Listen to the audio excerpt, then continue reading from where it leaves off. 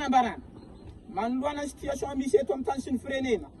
eto zay mpianatra ato amin'ny anjerimanontolo barika 10 manao fisaorana monsieur le président Randrianirina Mikaela namaliny fangatahana izay nataonay mahakasiky ny fanarenana ny barika 10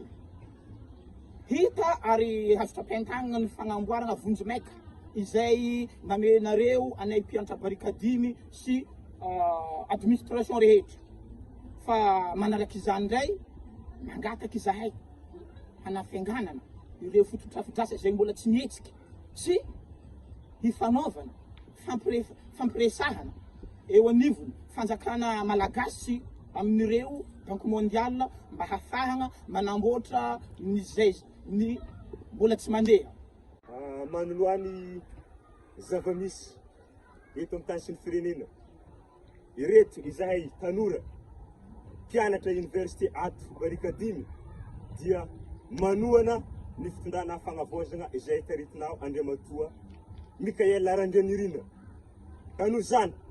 mangataka izahay monsieur le président ny anarosona sy anafainganana ny concertation des jeunes sy concertation nationale mba hafahantsika irosy tanteraka fagnavoagna raha tegna izy itsinjo ny vahoaka malagasy itsinjo ny tombotry ny firenena ka zany no ijoroanay sy anaovanay zao fagnambarana zao monsieur le président. Magnaraka izany ireto zay tanora zay mpianatra ato amin'ny université barika 10 dia manoana tanteraka ny fitondrana misy ary zonay ny anoana ana monsieur le président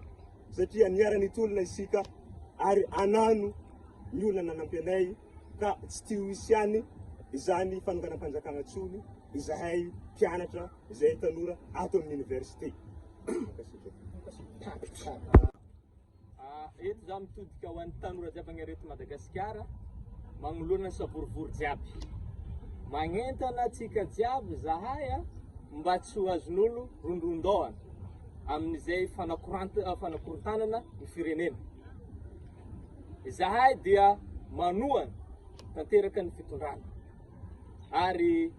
miombon-kevitra amin'ny fanovàn-drafitra ka noho zany alohan'ny andravana ny andrim-panjakana raha ohatsy zay aroso ny concertation nationale aroso ny concertation des jeunes de raha rosoantsika mankasitraka.